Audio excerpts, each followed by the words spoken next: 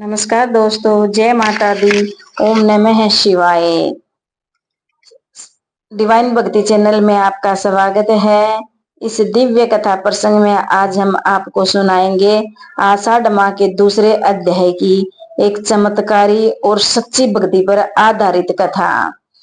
कथा है पंडित रवि दत्त और सेठ हरिराम की। प्राचीन समय की बात है। दक्षिण भारत के एक सुंदर नगर कुशावती में एक साधारण किंतु अत्यंत धार्मिक ब्राह्मण रहते थे। उनका नाम था पंडित शिवदत्त।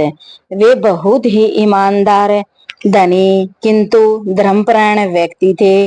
उनका संपूर्ण जीवन भक्ति, तप, दान और वेद पाठ में बीतता था। पंडित शिवदत्त विशेष रूप से आषाढ़ माह में नियम पूर्वक भगवान विष्णु का व्रत, स्नान, दान और उपवास करते थे। यह महीना उनके लिए आत्मशुद्धि और ईश्वर की निकटता पाने का माध्यम था। हर वर्ष आषाढ़ का महीना आते ही वे अपने जीवन के सभी सांसारिक कार्यों से दूर हो ईश्वर की भक्ति में लीन हो जाते थे। उनकी यह निष्ठा नगर के लोगों के लिए एक प्रेरणादायक थी। परंतु एक व्यक्ति ऐसा भी था जिसे यह सब दिखावा लगता था। उस व्यक्ति का नाम था सेठ हरिराम। सेठ हरिराम नगर का सबसे अमीर व्यक्ति था, किंतु उनका हृदय अभिमान और घमंड से भरा हुआ था। एक दिन सेठ हरिराम पंडित शिवदत्त के घर गया और व्यंग स्वर में बोला, पंडित जी, आप हर वर्ष साढ़ मास का व्रत करते हैं, घर में धन नहीं है, फिर भी संतुष्ट रहते हैं। आपको क्या लाभ मिला भगवान की इतनी सेवा करने से? पंडित जी ने मुस्कुराकर उत्तर दिया, सेठ जी, जो संतोष मुझे ईश्वर की भक्ति से मिलता है वह संसार के सारे खजाने भी नहीं दे सकते। सेठ हंसने लगा और बोला, अगर तुम्हारा भगवान इतना ही दयालु है तो क्यों नहीं वो तुम्हें सुख, वैभव और संपत्ति देता। पंडित जी ने सिर झुकाया और कहा, ईश्वर कब और कैसे फल देंगे ये उनका निर्णय है, मेरा काम तो बस सेवा करना है। सेठ ने इसी समय संकल्प लिया कि जो वह भक्ति की परीक्षा लेगा। सेठ ने पंडित जी का मजाक उड़ाया और नगर में अफवाह फैलाई कि पंडित केवल दिखावे के लिए पूजा करता है। लेकिन जब सेठ ने ऐसा किया, उसी रात से उसके जीवन में अजीब सी घटनाएं होने लगी। उनके घर का खजाना अचानक बंद हो गया। उनका पुत्र गंभीर रूप से बीमार पड़ गया। घर में अशांति फैल गई और व्यापार में भयंकर नुकसान हुआ। एक एक करके उनकी सारी शान, शौकत, संपत्ति और चैन जाता रहा।